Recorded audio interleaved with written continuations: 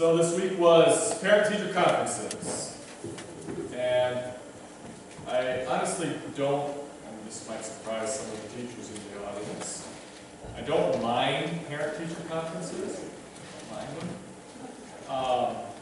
I have been very lucky throughout the years. I tend to usually have good ones. And I love it when I Google images for parent-teacher conferences and the stuff that pops up. If they don't look like that. They're all smiling, collaborating, looking at the teacher with respect and admiration. Yeah, it doesn't look like that. But the bottom line is I've been very lucky. They've gone very well. And I'm also very lucky that I've only had a contentious one a few times. So I'm very lucky. I'm also very lucky with how my school does it. And I know this is, I don't know exactly how Sandy does it, but I know it's going to make you mad, Laura. We have Wednesday we have no kids, and the conferences started at noon, and we went to 8:30, so we got them all done in one day. She's shooting me glares right now. Is that how you do them, Sandy? No. We teach all day. Okay. Oh yeah, she's giving me glares too. I didn't want to look at her either. Yeah, so the bottom line is I'm very happy with the way we do them. It is nice because you can get them all over at once. And the only difficult part is by the end of the night, you find yourself repeating the same thing over and over and over again. Take your time, slow down, pay attention to details, finish the book before you take a quiz on it, stuff like that. But by the end of the night, you are done, and I really, really like that. But the thing that I absolutely hate, and I truly, truly despise it, is the writing of conference forms.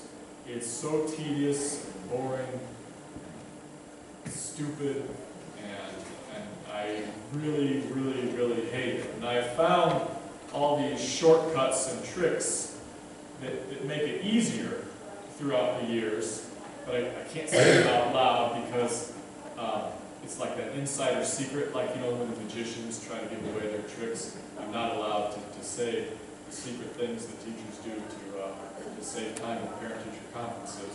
But the bottom line is I hate it. I hate writing them, I hate doing them. It takes a lot of time, and I don't remember. Have I mentioned that I hate it? At least once. Yeah, I do. That's because I do. I don't want to lie.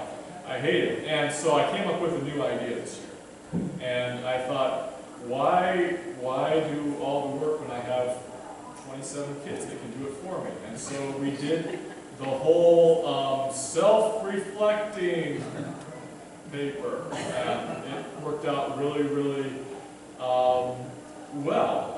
I came up with this paper, and it was full of leading questions, and I guided them through it, and they were all specific questions, and so they made their own conference forms while I sat at my desk and drank water and ate bonbons all day. It was really, it was pretty great. It was epic, as my daughter says. And honestly, I can't believe I didn't think of it sooner. So during conferences, I didn't want the parents to think that I was just plain lazy by doing this. So I told them that it was an exercise in self-awareness and self-reflection that encourages self-motivation and all this other good stuff, right? And even though I originally did it because I really was being lazy, I think it definitely was worthwhile. It was definitely worthwhile because it forced me to self-reflect and become self-aware. And it even motivated me to write this. So when you truly do those things, when you truly do self-reflection, when you truly do introspection and observation and an analysis of your own behavior, you do learn a lot. You do learn a lot. You learn about the things that you are good at. You learn about the things that you like to do. But it can also be hard. It can also be hard because you come face to face with your faults. You come face to face with them, and that can get uncomfortable. It's uncomfortable because first you have to admit that something is wrong. You have to admit that something is wrong. First you have to recognize that there is a problem. You have to admit that you're not perfect. And I'm not good at that. I am not good at that because I don't want to admit that there's a problem. And if you do some self-reflection on your religious self and on your faith journey, then you probably encounter a word that I don't like to bring up. And that word is sin. And I don't like that word, and I try not to use that word. And again, it's the idea that if you use it, then you're admitting that it's there. And plus, when I use the word sin, I think of the really big ones. You know, the big ones. Murder. Not listening to your parents. That's a big one. But we have to acknowledge it. We have to admit it. We have to admit that we are sinners. We are sinners and we are in need of God's grace. And the problem with sin is that we give sin levels. I just mentioned murder, and obviously I think that's a pretty bad sin. And not listening to your parents probably right under that. But the problem is that when we start ranking sin, we get to the point where we think there are some types of sin that really aren't that bad. We legitimize our sin and we tell ourselves that it's really not that bad. And have you ever been drawn to something that you know is wrong and it will probably lead to harm, but you talk yourself into doing it anyway? Now, I know I have, and I immediately go back to my high school years where I did all sorts of stupid stuff that usually involved, well, my boys aren't here, so I still don't want to admit the things that I did, but it usually involved doing stupid stuff that was dangerous, right? You can always legitimize what you do. And we all have done that. We can talk ourselves into almost anything. We're very good at legitimizing our own actions. But other people, when we talk about other people, now those people are the true sinners. It's so easy to see sin in the lives of others. But it can be so hard to detect sin in our own lives. And with technology and social media, it's easier than ever to see the sin of other people. And worse yet, with technology and social media, it's easier than ever for us to point out the sin of other people. So it's very easy to move from self-reflection to reflecting on the faults of other people. But the key to all this is something that I preached on a few weeks ago, and that's the foundation of our faith. the foundation of our faith, the foundation that I got from my home church and I got from my parents and that I try to instill on my kids and the kids here in church. And it's that you have worth. You have value. That God loves you. Sometimes other people try to convince us that we have little worth, that we don't have value, or we have experiences that harm us deeply, and we no longer can sense our God-given value. And those difficulties, those experiences, those words from others can often make it hard to accept. It makes it hard to accept the value that we have, that we do have worth.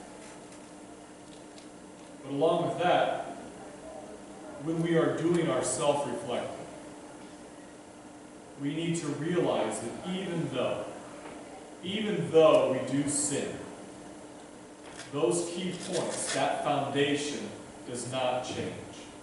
Sin doesn't stop us from having worth. Sin doesn't prohibit you from having value. Sin doesn't keep God from loving you. Now, sin can make it harder for us to realize those things. Sin can make it harder for us to see those things. You know, I think of sin as a kind of like shower scum. It's like that layer of soap and hard water and mineral deposits and all that gunk that grosses up our showers. Underneath, we still have a beautiful and clean shower. I know that's not the most academic analogy, but you got to realize I was writing this during parent-teacher conferences, okay? And that was the best I could come up with that time. But sin can cover us up, and it can hide us from what God intends for us. And realizing that our sin is doing that is hard to accept. It's much easier to recognize the changes that others need to make. It's much easier to point out the sins that they commit. We feel superior, and it takes pressure off of ourselves, even if it's the same sin. It's so easy to see the sin of others when it is difficult to accept that we have the same exact problem. Now, Jesus told a parable about this very thing. And his analogy might be a little bit better than my shower scum analogy, but this one is from Luke chapter 18, verses 9 through 14. It says, "To some who were confident of their own righteousness and looked down on everyone else, Jesus told this parable. 2 men went up to the temple to pray, one a Pharisee and the other a tax collector. The Pharisee stood by himself and prayed, 'God, I thank you that I am not like other people, robbers, evildoers, adulterers, or even like this tax collector. I fast twice a week, and I give a tenth of all I get.' But the tax collector stood at a distance. He would not even look up to heaven, but he beat his breast and he said, 'God, have mercy on me, a sinner.' I tell you that this man, rather than the other, went home justified before God. For all those who exalt themselves will be humbled, and those who humble themselves will be exalted." A comparison is the key to understanding this parable. The Pharisee compared himself to a tax collector and made himself feel better by comparing himself to someone that he considered was less than he was. The tax collector also made a comparison, but it wasn't to another person. The tax collector compared himself to the holiness of God, and he recognized that he was far from matching that kind of righteousness. The Pharisee saw himself as holy because of what he did, but the tax collector saw himself as a sinner and depended on what God does. The tax collector knew that his only chance of being saved was by the grace of God. His humility is what saved him. His request for mercy after that self-reflection put him on the right path. And while we do need to follow the tax collector's example of humble repentance, it's also important that we don't get stuck in this mode of, oh, I'm so horrible, oh, I'm so bad, oh, I'm such a sinner. We don't want to get stuck in that mode either. Jesus doesn't encourage us to wallow in our failure to measure up to God's standard. Yes, we need to admit our sin. Yes, we need to ask God for mercy, but it doesn't end there.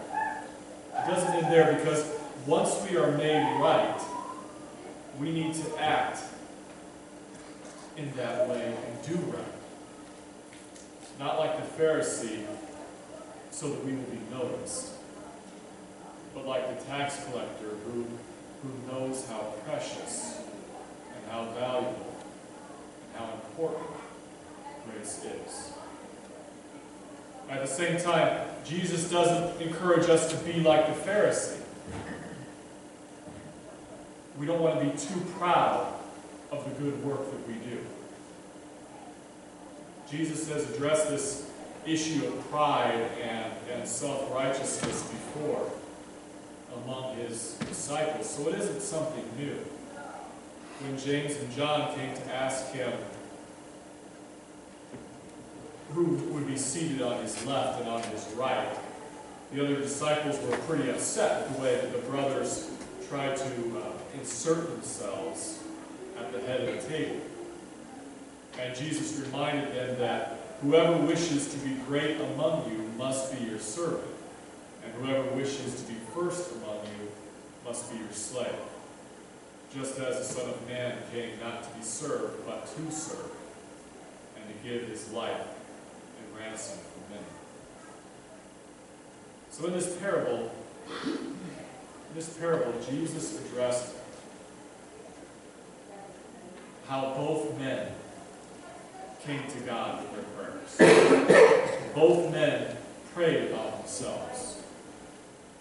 But one put himself in the center of his praise, while the other prayed persistently, while the other prayed humbly for God's mercy. And that's the kind of attitude that we ought to have. That's what Jesus says. We need to be persistent. We need to be humble. Not just in our prayers, but the way we live our whole lives.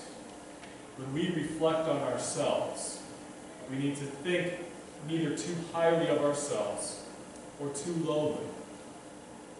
But we need to be honest. Honest in our humility and our desire for improvement to God. And I completely understand the Pharisees' reluctance to admit their faults, because it's hard. And it's much easier to compare. Comparing your sins to others is a great way to make you feel superior.